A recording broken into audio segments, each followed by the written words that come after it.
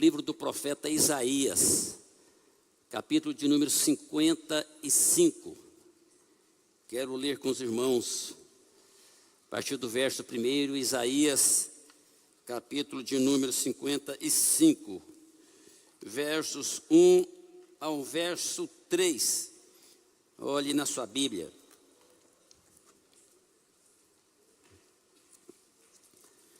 Diz assim esse texto: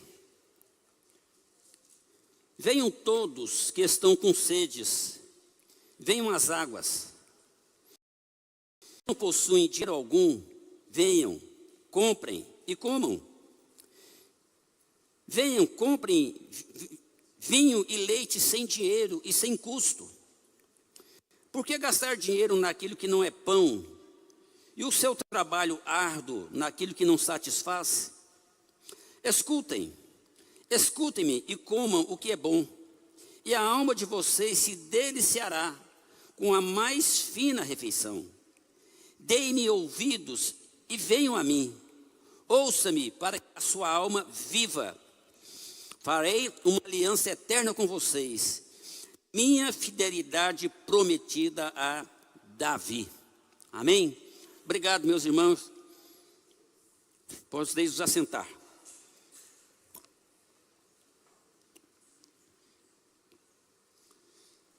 Queridos, nesse texto aqui, nós vemos Deus fazendo um convite para as pessoas virem obter satisfação. Esse é o sentido dessa palavra aqui. As pessoas virem encontrar alegria, virem encontrar felicidade. A satisfação é o produto mais procurado pela humanidade. O que você faz que você não gostaria de ver o seu trabalho e ficar feliz, alegre, realizado, satisfeito?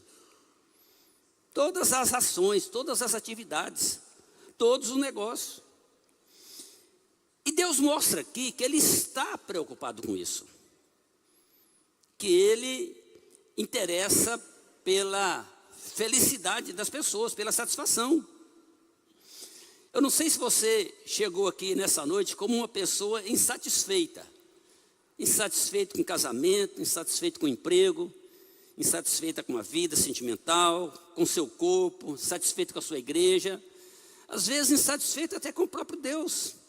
Tem muitas pessoas insatisfeitas com Deus, por aquilo que Deus não deu, pela porta que não abriu, por uma cura que não aconteceu, por um milagre que não se realizou.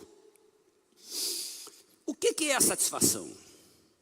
O que é a satisfação? Quando eu digo sobre essa visão da satisfação, a satisfação é a sensação de se estar feliz por ter suas necessidades, por ter seus desejos atendidos. Isso é satisfação. Você orou, você pediu, você projetou, você planejou, você realizou algo, e aquilo consolidou, aquilo deu certo, aquilo foi bem sucedido, você está satisfeito, sim ou não? É assim que funciona. Esse é o sentido da satisfação. Só que aqui nesse texto há uma ideia diferente dessa satisfação. Porque Deus deixa bem claro que a verdadeira satisfação só pode ser encontrada nele. Talvez é isso que muitas pessoas não percebam. A Bíblia vem ensinando que encontrar satisfação na vida depende de ter um relacionamento com Deus por meio de Cristo. E essa também é uma satisfação que você teve. Desde quando você abraçou a fé. Quantos anos você é crente? O que mudou na sua vida depois de crente? A sua vida melhorou ou a sua vida piorou? É óbvio que a nossa vida melhorou. Os nossos pecados se foram. Muitas das nossas mazelas, muito do nosso temperamento, muita coisa mudou na nossa vida e mudou para melhor. Então isso é um contexto de satisfação. Deus projetou, irmãos, os seres humanos com uma grande capacidade de alegria, porque o próprio Deus é assim. Deus, Ele é um Deus de alegria.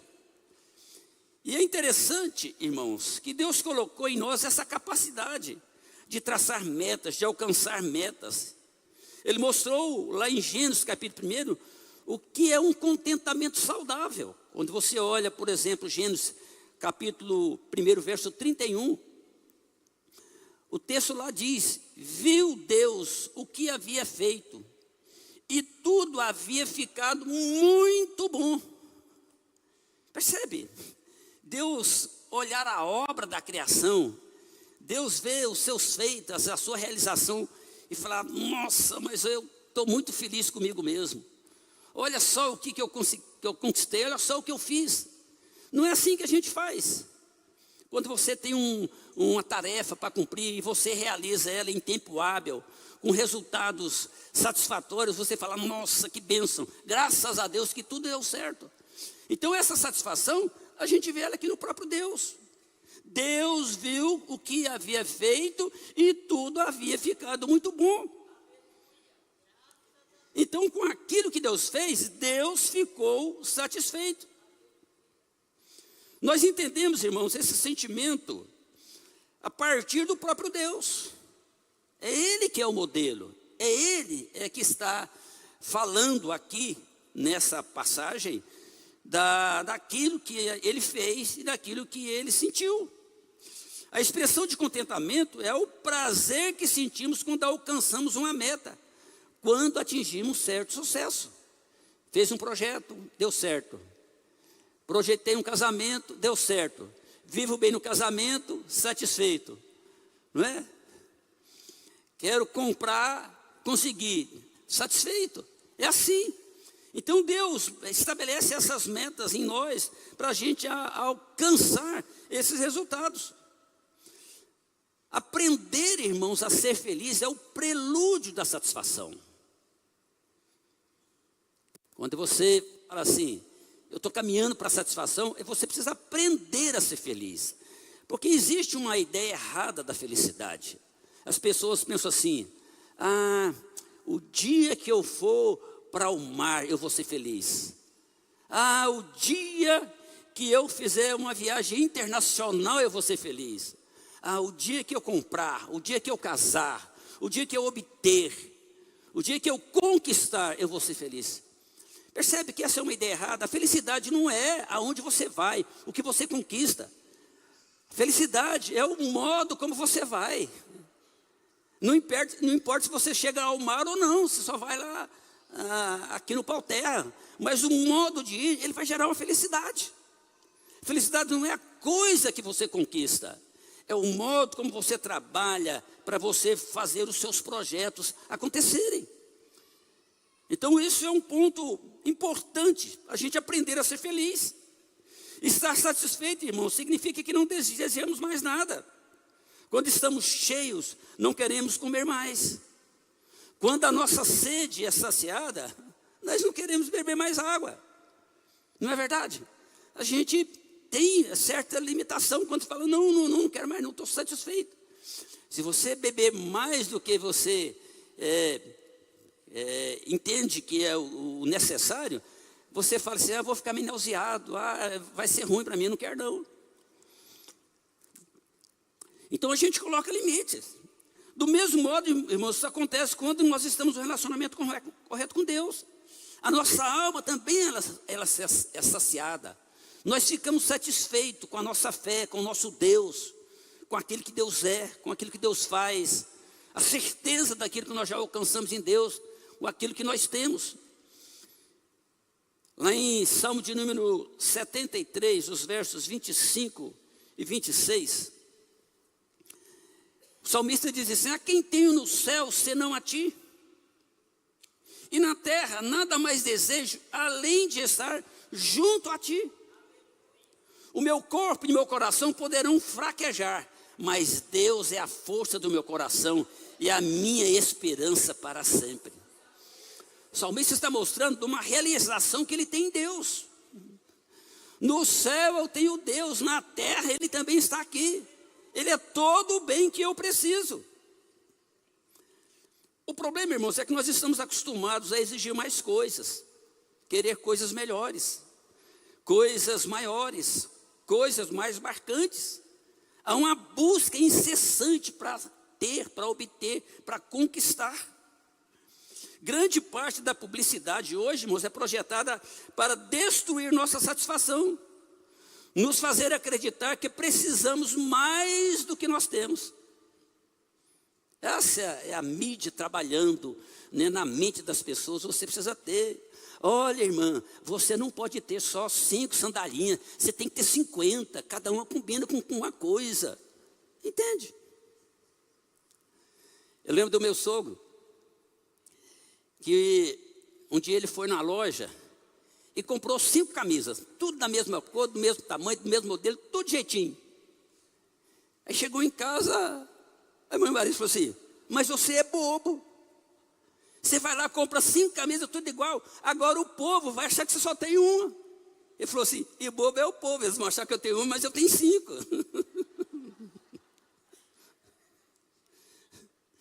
Entende? Há uma ideia trabalhando de que a gente precisa de mais. Que o que você conquistou não é suficiente. O que você conquistou já passou, agora existem outros desafios. Então, irmãos, nós reconhecemos que Deus providenciou tudo o que nós precisamos para a nossa felicidade atual. É por isso que nós podemos sentir satisfação. Salmo 139, verso 35. O salmista diz assim: dirige-me pelo caminho dos teus mandamentos, pois nele encontro satisfação.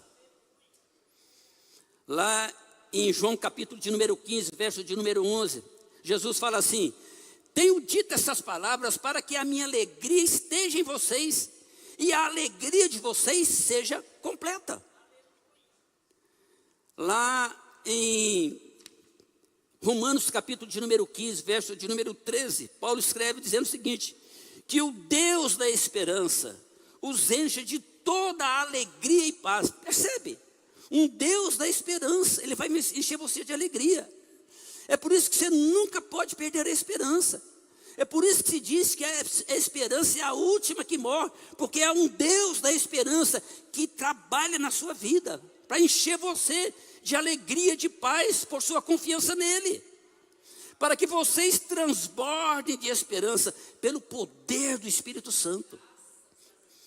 Então esse é o fundamento que a Bíblia tem quando você pensa em satisfação, em alegria, em prazer para viver. Agora, a satisfação com Deus, ela não pode ser confundida com autossatisfação. Porque a autossatisfação é resultado do trabalho do homem. É uma satisfação que um ateu pode ter, que um incrédulo pode ter, que um desigrejado pode ter. Uma pessoa que confesse qualquer tipo de fé, até mesmo um satanista. Percebe? As pessoas podem ter uma autossatisfação. Isso aqui foi eu que fiz, isso aqui foi eu que conquistei, isso aqui é fruto do meu trabalho, aqui ninguém se iguala comigo. Entende? A autossatisfação. Mas não é isso, porque a satisfação com Deus é o estado de satisfação e gratidão pela provisão e obra de Deus em nossa vida. 1 Tessalonicenses capítulo de número 5, verso 18. Lá fala assim: deem graças em todas as circunstâncias. Entende? Ele está falando, esta é a vontade de Deus para vocês em Cristo Jesus. Dar graças em todas as circunstâncias.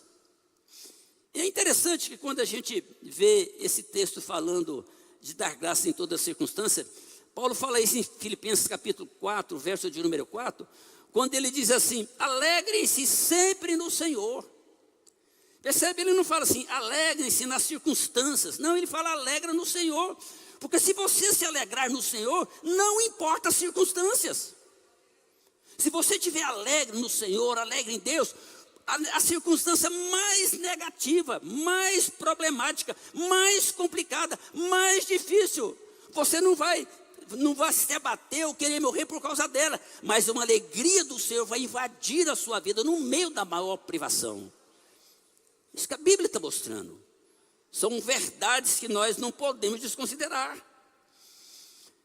Então, irmãos, a autossatisfação, ela se torna uma forma de orgulho, de empáfia, de poder humano, de que eu fiz, é meu, é eu que conquistei, tem aqui o meu nome, o meu registro.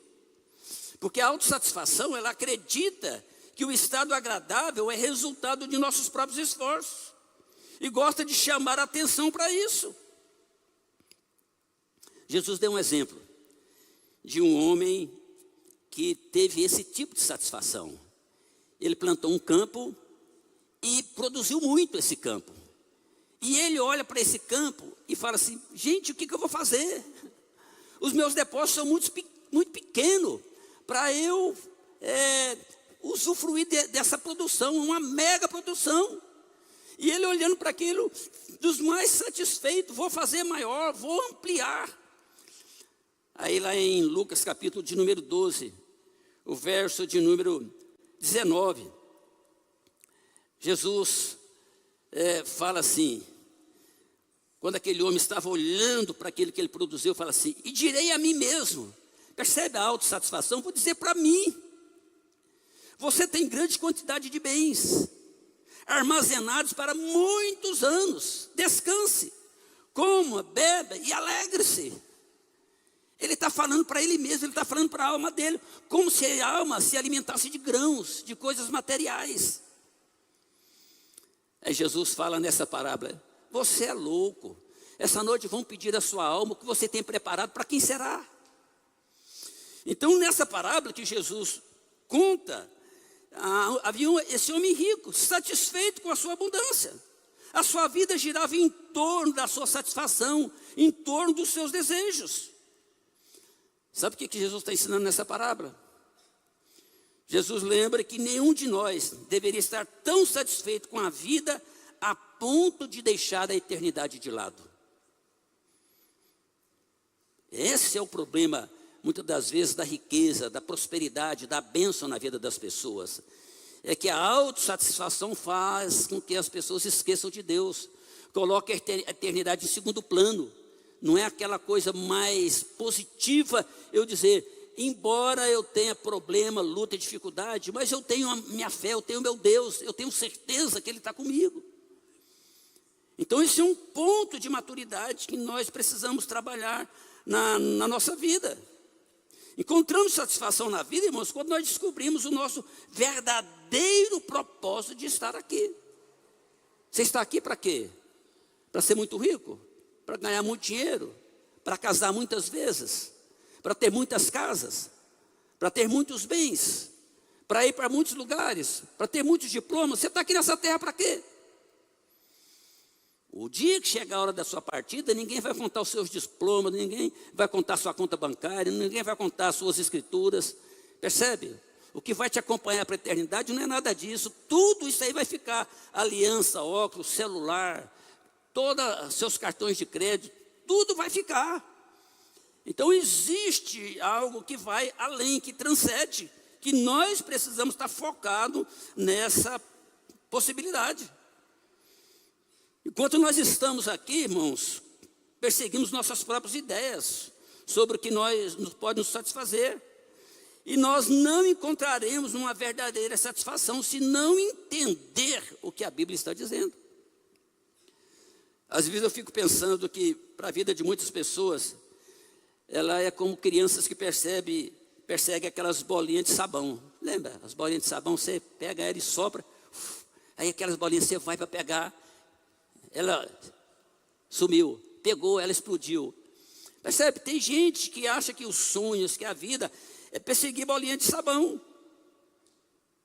Na verdade, você persegue um sonho e você alcançou ele, mas aquele sonho, ele é conquistado, você agora quer outras coisas. Assim é a vida.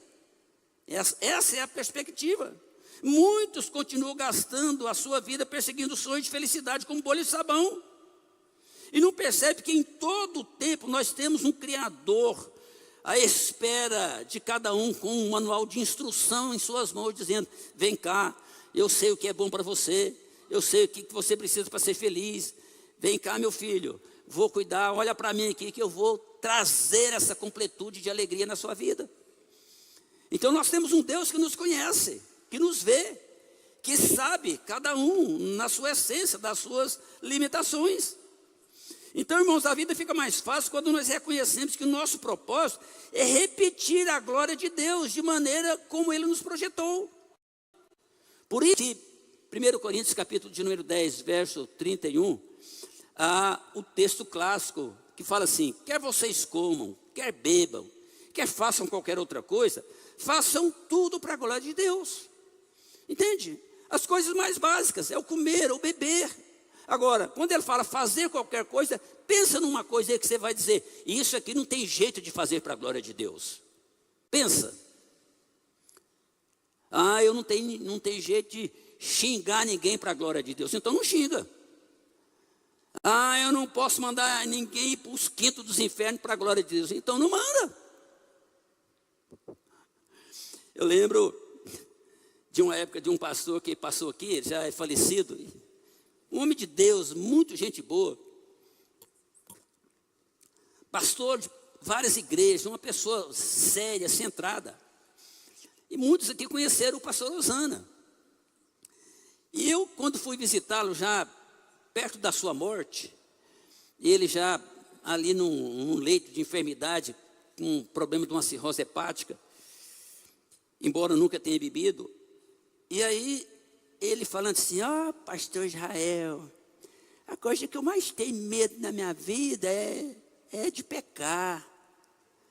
Falou: pastor Osana, mas o senhor, na idade que o senhor está, o senhor já passou dessa fase das tentações, dos desejos, dos temperamentos, o senhor já amadureceu nessa parte. Pastor, é muito difícil. Esses dias eu vinha dirigindo o meu Fusquinha, e eu bem tranquilo dirigindo, e um rapaz, menino novo, atrás de mim, buzinando, e aí não tinha jeito de me ultrapassar. Quando ele me ultrapassou, pastor, ele falou assim: velho, vai dirigir lá no meio do mato. Pastor, eu não vi da hora que eu pus a cara para fora, falei: vai para os quintos dos infernos.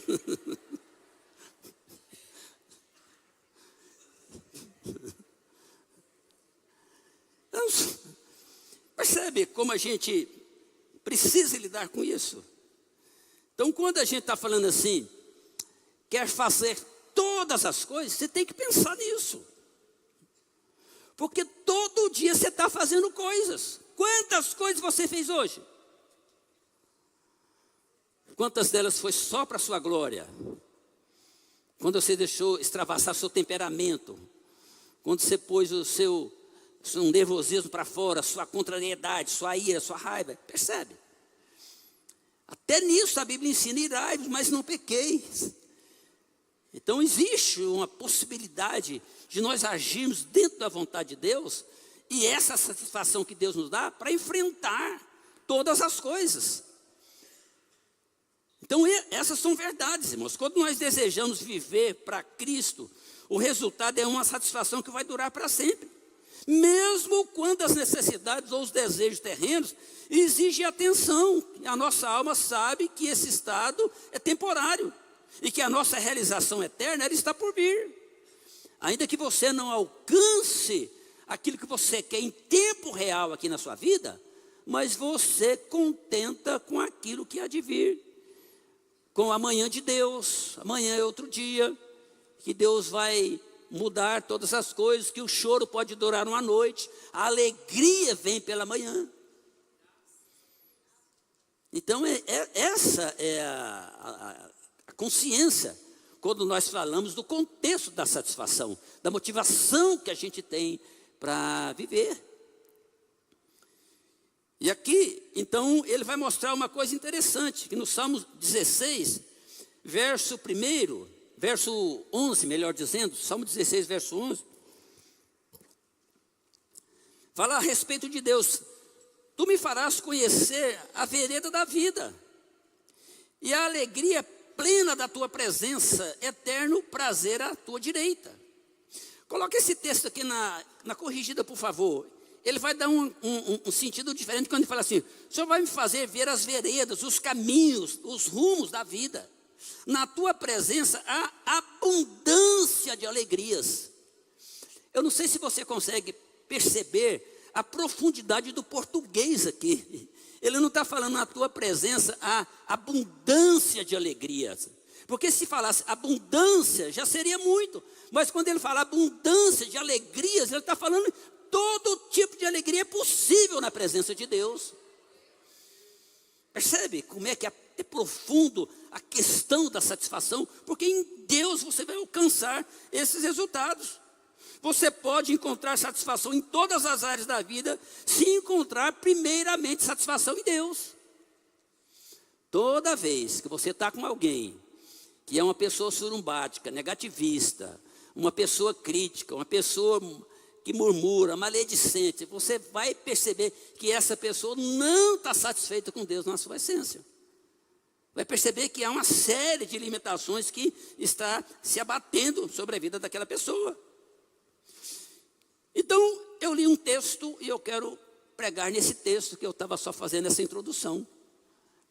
Quando nós lemos a palavra de Deus, nós descobrimos que é possível encontrar satisfação em todas as áreas. Sabe como? Quando você reconhecer que está com sede de Deus. Olha aí o verso primeiro, a parte A do versículo. Venham todos vocês que estão com sede, venham às águas. Você já deve ter ouvido falar de greve de fome, mas eu penso que você nunca ouviu falar de greve de sede. Eu vou fazer uma greve de sede. Vou ficar muitos dias sem beber água. A greve de fome as pessoas fazem, porque a água, de certa forma, ela mantém um alimento, né? Quem fica sem beber água por poucos dias já é candidato à morte.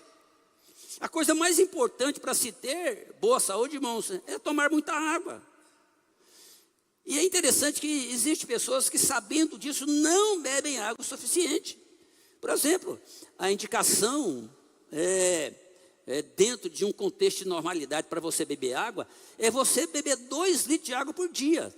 É claro que varia pelo tamanho da altura e o peso da pessoa. Mas, em média, quase que todo mundo é 2 litros, porque eu, no meu tamanhozão aqui, entendeu? Quando eu faço essa aplicação, ele manda eu beber 1 litro e 960 litros, 1 litro e 960 ml de água por dia.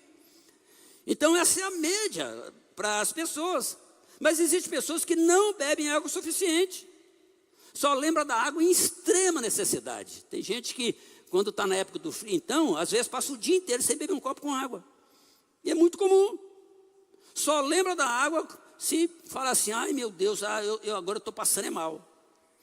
Espiritualmente falando, irmãos, também há sedentos que estão ressequidos na alma, sem alegria de viver, sem motivação na fé. Você pode estar insatisfeito com a vida, mas você precisa estar com sede de Deus. Isso vai fazer toda a diferença. O salmista mostra o que é ter sede de Deus. Salmo 63, os versos de 1 a 4. Ele diz isso: ó Deus, tu és o meu Deus, eu te busco intensamente, a minha alma tem sede de ti, todo o meu ser anseia por ti numa terra seca, exausta e sem água. Verso 2: quero contemplar-te no santuário e avistar o teu poder e a tua glória. O teu amor é melhor do que a vida, por isso os meus lábios te exaltarão. Enquanto eu viver, te bendirei, e em teu nome levantarei as minhas mãos. Aleluias. Levante as suas mãos aos céus. Bendiz o Senhor. O que Ele já fez na sua vida? O que poderia você ter motivo para estar satisfeito? Só pelo fato de você estar vivo. Louvado seja Deus. Eu estou respirando, eu estou piscando, eu posso caminhar, eu posso ir e vir. Aleluias. Louvado seja o nome do Senhor. Quem não reconhecer, irmãos, que tem sede de Deus, nunca será satisfeito em nada na vida. É por isso que é um perigo muito grande de alguém virar as costas para a formidável beleza de Deus e se apaixonar pela sua própria sombra. Porque eu sou capaz, porque eu fiz, porque as coisas aconteceram no meu tempo, no meu jeito, e eu sou o cara. Na verdade, se você pensar espiritualmente, quem fala assim é mais um cara de pau para dizer que ele é capaz de tudo, enquanto que Deus é que tem sustentado a própria vida, o próprio fôlego de vida dele. Então, nós descobrimos que é possível encontrar satisfação quando nós podemos reconhecer que não tem condições pessoais de alcançar satisfação sozinho. Isaías 51, agora a parte 2, a parte B do versículo 1, ele fala assim: e vocês que não possuem dinheiro algum, venham, compram e comam. Venham, comprem vinho e leite sem dinheiro e sem custo. Então a satisfação que nós encontramos em Deus, irmãos, ela não pode ser comprada. Você não paga pela sua fé. Você não paga para ter comunhão com Deus. Você não paga para ter perdão dos seus pecados. Tudo isso Deus fez de graça. É isso que a gente entende, que a graça não tem preço, aleluia. Não importa o quanto você possua em dinheiro, nunca estará satisfeito se não reconhecer que não tem condições pessoais de se satisfazer na vida sem Cristo. É claro que existem as pessoas que falam assim: eu não preciso de Deus? Sim. É claro que existem pessoas que dizem assim: Deus não existe? Sim. É claro que existem pessoas que falam: eu não acredito em Deus, eu não acredito em nada, eu não acredito no diabo, eu sou incrédulo, não estou aí para nada. E essas pessoas possuem bens e a vida em muitos aspectos dá certo? Sim, não é isso que diz o Salmo 73? Eu lembro quando eu fazia meu curso de Sociologia,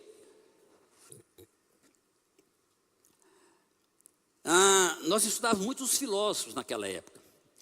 E ali, no século 18, 19, entrada para o século 20, os filósofos daquela época, eles eram tudo. Eles eram os professores de português, de matemática, de literatura.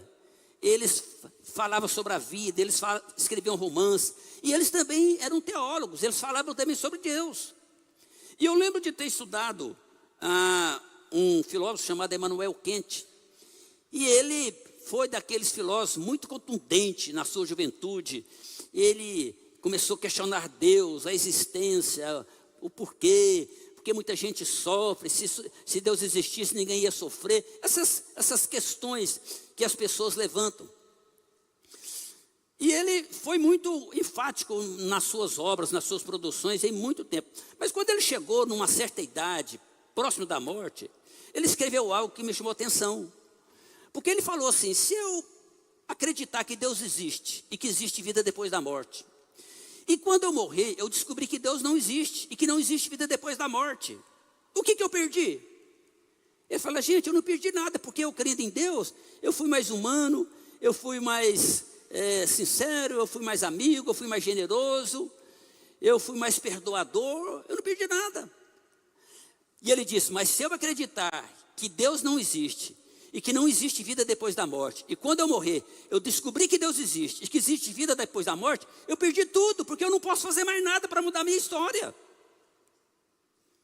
Porque essa que é a grande verdade, irmãos. 2 Coríntios capítulo 5, verso 10, nos ensina que todos nós devemos comparecer diante do tribunal de Cristo para recebermos de acordo com as obras praticadas por meio do corpo, quer sejam boas, quer sejam más. Irmãos, o que um corpo faz depois de morto? Responda, o que faz depois de morto, irmão? Por si só, esse texto, ele já refuta a ideia do purgatório. Porque o purgatório diz que depois que você morrer, alguém pode pagar para mudar o seu destino eterno. Aqui ele fala que a gente vai receber por aquilo que nós praticamos em vida. Então esse é o ponto importante que a gente precisa entender, que você constrói a sua vida de fé enquanto você está vivo. É agora, é nas dificuldades, é nas lutas, nos relacionamentos, é nos problemas diários, é nessa hora que você vai construir para colher esses resultados. A gente vai encontrar na vida, irmãos, pessoas que estão produzindo apenas para sobreviver, para comer, trabalha hoje e hoje mesmo come. Tem muitas pessoas nessa condição. Mas pessoas que são nessa condição estão satisfeitas com a vida. Enquanto que a gente encontra pessoas ricas, sem Deus, sem propósito, sem alegria, sem esperança. Quantas pessoas estão tirando a própria vida, apesar de obter muita riqueza? Quantos filhos de pessoas milionários que se enveredam para o campo de drogas, para uma vida sem sentido, marginal, e às vezes é um caos, uma dor na família. Não é o dinheiro que faz isso. Então, o texto aqui vai mostrar de uma satisfação que nós temos em Deus. Davi fala sobre isso, por exemplo, no Salmo de número 20, verso de número 7, ele fala assim que alguns confiam em carro, outros confiam em cavalos, mas nós confiamos no nome do Senhor, o nosso Deus.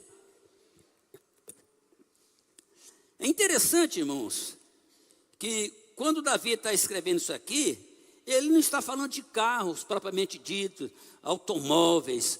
O Neymar tem uma coleção de Ferrari, de Lamborghini, né, de os carros mais diferentes. Ele não está falando disso. Quando ele está falando de confiar no carro, ele não está de cavalo, ele não está falando de cavalo de corrida, puro sangue. Ele está falando de guerra. Esse era o contexto dele. Agora, qual que era a ideia de Davi quando ele está falando isso aqui? É que muitas vezes Davi esteve em situações que ele desejaria ter mais soldados com coragem de cavalo, mas ele preferiu confiar em Deus. Entende isso? Davi foi um homem de guerra, foi conhecido como homem de guerra. Ele queria aumentar os seus exércitos, os seus carros de guerra, os seus cavalos treinados para ir para a guerra. E ele poderia fazer isso porque essa era a grande força dos exércitos. Mas Davi está falando que uns confiam em carro, outros em cavalos. Mas eu confio no nome do Senhor. Entende essa diferença? Então não é você ter mais poder de proteção, de mando ou de ganho. É você confiar em Deus. À medida que essa confiança cresce, você alcança, então, o melhor desempenho também na sua vida espiritual. E por causa disso, irmãos, é que Davi nunca foi decepcionado. Por causa disso, mesmo nas suas limitações e fraqueza, Davi foi contado como homem segundo o coração de Deus. Um ditado muito interessante, que diz assim, que o homem tem um vazio dentro de si que é do tamanho de Deus. Quando você olha, por exemplo, Eclesiastes capítulo de número 3, fala que Deus colocou a eternidade no coração do homem. É por isso que a pessoa pode dizer que eu não amo a Deus, eu não creio em Deus, eu não quero Deus, eu sou ateu, sou à toa na vida. Percebe? Mas Deus colocou essa eternidade. Chega uma hora que a pessoa percebe que a vida, ela se esvai e ela não sabe o que vai ser do amanhã. Então, não adianta o nécio, como diz o Salmo, diz o nécio no seu coração, Deus não existe. É uma loucura alguém dizer isso. Então, essa é a grande verdade espiritual, que a gente precisa trazer isso para a nossa vida. Você vai encontrar satisfação em Deus quando reconhecer que não é o que você possui, mas é aquilo que Deus te dá, que vai te realizar, te completar e te tornar mais feliz no dia a dia. Nós descobrimos que é possível encontrar satisfação em todas as áreas quando reconhecemos que nós temos trabalhado com coisas que nunca vão trazer satisfação. Percebe? Às vezes trabalhamos em coisas que não traz satisfação. O texto está mostrando isso. Olha o verso 2, Isaías 55. Por que gastar dinheiro naquilo que não é pão? E o seu trabalho árduo naquilo que não satisfaz. Então o salmista, profeta está chamando a atenção das pessoas aqui. Eu te pergunto, será que você já fez algum plano na sua vida que nunca deu certo? Você falou, eu vou fazer isso, eu vou concentrar meus estudos, meu dinheiro, meus investimentos, meu tempo, numa coisa que você lá na frente falou assim, gente, eu errei, não era aquilo, não era desse jeito. Não deu certo. Percebe? Às vezes você começou uma faculdade e abandonou. Ou às vezes você terminou a faculdade, mas nunca atuou nela, naquela profissão. Começou um negócio que faliu. Percebe? São coisas passíveis de acontecer. Eu não estou dizendo que isso aqui é algo extremamente negativo, não. Bill Gates, na época do auge da sua fortuna, ele dizia que contratava os executivos, aqueles que já tinham falido pelo menos uma vez. Porque os executivos que faliram, eles aprenderam o caminho, eles fazem uma leitura, por que faliu, por que o negócio não deu certo. Ele aprendeu na prática. Diferente daquele que nunca enfrentou isso, é mais afoito, é mais atirado. Então, é passível de nós fazermos planos e esses planos darem errados. Não sei se você conhece aquela expressão, pequenas empresas, grandes prejuízos. Pois é, muitas pessoas estão nessa situação. Então Deus fala aqui a Isaías, e deixando claro que o homem, ao buscar satisfação, ele investe em coisas passageiras, que não preenchem, que não têm fundamento, que não vão trazer resultado. Entende, irmãos? O que a Bíblia está ensinando para nós é que ninguém precisa parar de trabalhar, ninguém precisa mudar de emprego, mudar de faculdade, mudar de casa, mudar de marido, mudar de esposa, mas precisa mudar de coração. É isso que nós precisamos. Precisamos mudar o nosso coração. Precisamos mudar de atitude diante de Deus, entendendo o que nós temos em Deus, que essa satisfação vem da parte dEle. Reconhecer que aquilo que você realiza não encherá seu coração, mas sua realização se concretizará ao fazer a vontade de Deus. Salmo 127, versos 1 e 2. O salmista diz assim: se o Senhor não for o construtor da casa, será inútil trabalhar na construção. Ele está dizendo, se não é o Senhor que vigia a cidade, será inútil a sentinela montar guarda. E ele fala então das inutilidades da vida. Será inútil levantar cedo, será inútil dormir tarde. Não é isso que a gente faz quando a gente fala, vou ganhar mais dinheiro, eu vou obter mais conquistas, eu vou fazer mais as coisas acontecer. Não é isso que a gente faz. Quero levantar bem cedo agora. Agora eu vou trabalhar até tarde, todos os dias, muitas vezes. Trabalhando arduamente por alimento. Percebe?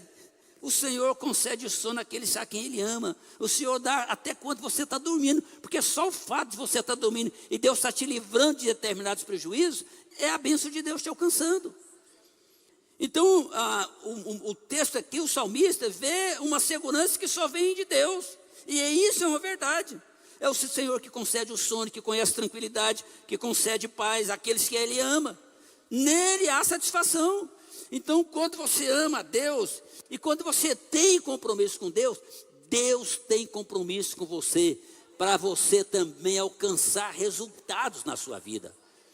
Por isso que Salmo 37, verso 4, o salmista diz com toda certeza, deleite-se no Senhor, Ele atenderá aos desejos do seu coração. Coloca na corrigida esse texto aqui, ele fala, deleite, coloca na atualizada, ele muda, agrada-te do Senhor.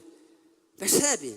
Você pode alcançar esses resultados nessa alegria de saber que você tem um Deus e você é realizado pela presença dEle na sua vida.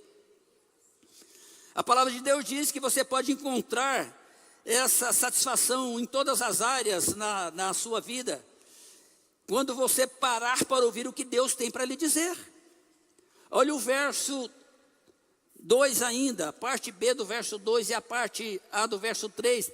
Ele fala assim, escutem-me, e como que é bom, e a alma de vocês se deliciará com a mais fina refeição. Olha o verso 3, a parte A, dei-me ouvidos e venham a mim, ouça-me para que a sua alma viva. Então agora ele está mostrando que há uma diferença entre ouvir e escutar. O texto está falando de escutar e comer, de gerar resultados, entende? Queridos, uma criança só escuta quando a mãe diz, vai comer salada, menino. Ele só escuta. Mas essa criança, ela ouve de imediato quando a mãe diz: você quer batata frita? Percebe? Quando o menino não quer a salada, nem escuta, vai comer salada, e ele está quieto. Mas quando fala da batata frita, cadê? Tem mais? Cadê? Põe mais sal. Então essa é uma realidade. As pessoas podem passar a vida toda escutando sobre Deus e não ouvi-lo. Eu acho que esse que é um problema para muitos crentes. Você está escutando falar de Deus, mas não ouvir a Deus. Não ter instrução, não ter a direção, não ter a revelação dele para a sua vida. É assim que ninguém vai conseguir se satisfazer em Deus. Ouça o que Deus tem a te dizer, é assim que vem a satisfação. Você pode ter uma satisfação plena quando entender o valor de se ter uma aliança com Deus. E é isso que o verso de número 3, a parte final do versículo fala: farei uma aliança eterna com vocês, minha fidelidade prometida a Davi. Queridos, esse Davi aqui é o povo de Deus. É a igreja do Senhor. Somos nós. Deus fez uma aliança, um trato, um acordo com o seu povo. E eu e você fazemos parte desse acordo, desse trato. Ele nos alcança. Essa aliança de Deus, ela vem sobre a nossa vida. Há uma promessa de satisfação para quem faz aliança com Deus. Aleluias. É um pacto assinado com o sangue derramado na cruz. É por isso que você tem certeza dos seus pecados. O Senhor já fez a parte dele. Êxodo capítulo 34, verso de número 10. Lá o Senhor diz assim: faço com você uma aliança, disse o Senhor.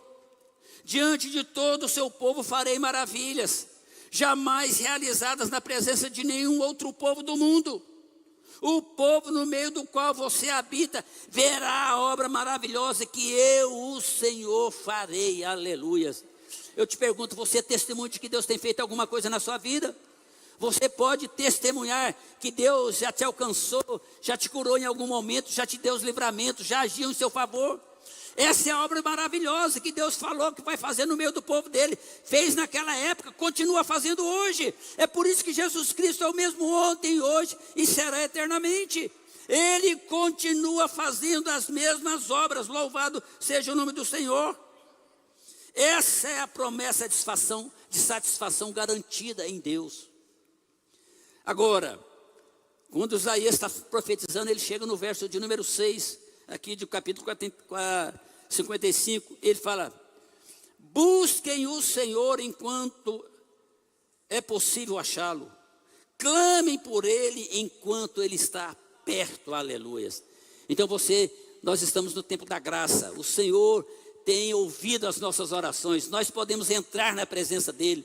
O Espírito Santo está ativo no planeta Terra, no meio da igreja, no meio das vidas. Você pode ouvir isso. Deus é mais glorificado em nós quando nós estamos mais satisfeitos nele. Então, aprenda a buscar, aprenda a crescer, aprenda a manter essa aliança, manter esse compromisso. Aí você vai entender que quando nós viemos aqui para uma ceia como essa, a satisfação que nós temos aqui é que aqui há uma lembrança do que Jesus fez na cruz do Calvário.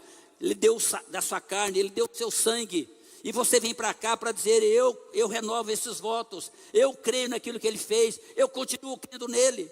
Talvez você venha para cá doente, talvez você venha para cá cheio de problema, talvez você tenha dívida, talvez você tenha problema com filhos, talvez você tenha problema de vício na família, mas você tem uma satisfação em Deus, que ao participar dessa ceia, nada tire isso de você. Essa é a bênção da presença. Você pode vir triste, doente, desanimado, mas você pode sair daqui curado, satisfeito, alegre, porque a presença de Deus preenche a nossa vida, preenche o nosso coração. E eu quero convidar você a se colocar de pé.